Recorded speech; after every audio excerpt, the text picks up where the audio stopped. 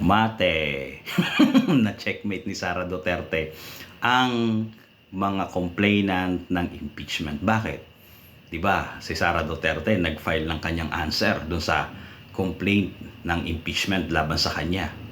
So, we're expecting na yung complainant after ni Sara mag-file ng kanyang answer ay magpa-file naman ng kanilang reply. Pero hindi nag-file ng reply.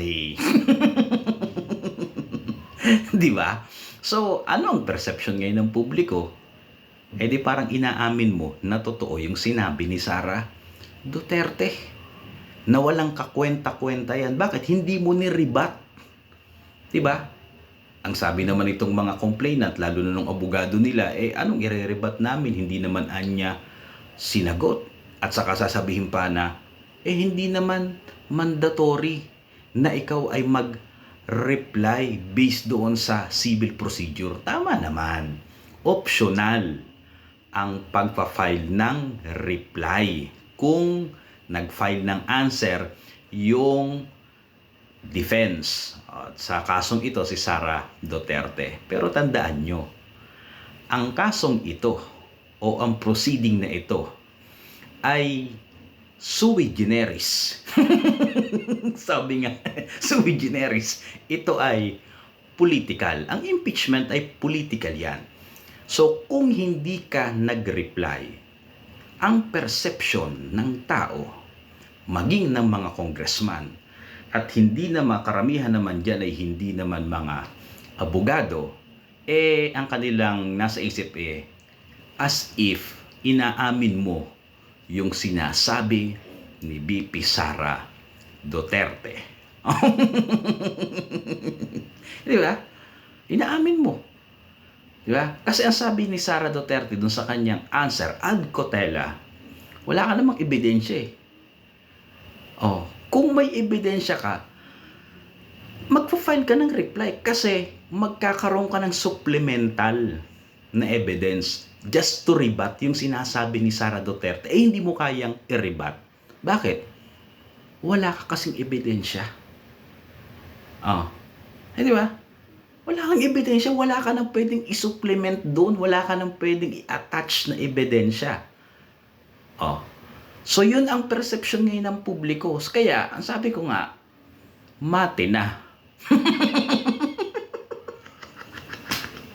Sabi ni Sara, wala kang ebidensya. Ba't ko sasagutin yan? Oh, anong sabi mo? Wala. Bakit? Mate na eh. O ano, saan ka pipiga ng ebidensya pa? Kasi kung totoo na may ebidensya ka, ipupukpukin mo na yan, di ba? Pupuk na, ilalabas ko ang ebidensya ko. Oh, hindi ka magte-take ng risk. Nahahayaan mo yung ganon. Kasi nga, ito ay impeachment. Perception ito. O, laro ito. At ang magiging, sabi nga judges dito ay hindi lang yung mga senator o dun sa baba ay yung mga congressman na mag-yes or mag-no. Ang kanila pa rin na isasaalang-alang ay yung pulso ng publiko. So how will you convince the public na sufficient in substance nga yan? Di ba? Dahil wala ka ng maidagdag na ebidensya. Nga na lang, hindi na daw mag-aano. Boy, hindi ito korte. Yung abogado ninyo, sino ba yung abogado ninyo? Hindi ito korte. Di ba? Hindi ito korte.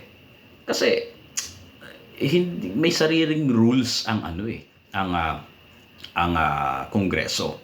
At dito, ang perception ng mga congressman, o nga no, diba? Ang perception ng mga tao, o nga no. Kasi very logical naman yun eh. Kung hindi ka mag-reply, ibig sabihin wala ka nang idadagdag na ebidensya. So kinakailangan mo i-rebut yung sinasabi ni Sara Duterte. Sinasabi ni Sara Duterte, wala kayong ebidensya. So, kung ikaw ay may matibay na ebidensya at kayang-kaya mo i-impeach si Sara Duterte, dapat magre-reply ka with supplemental evidence just to rebut doon yung answer ni Sara Duterte. Pero hindi mo ginawa, it means chismis lang yan. So, ano pa ba? May impeach pa ba si Sara Duterte? Ang ebidensya ay chismis.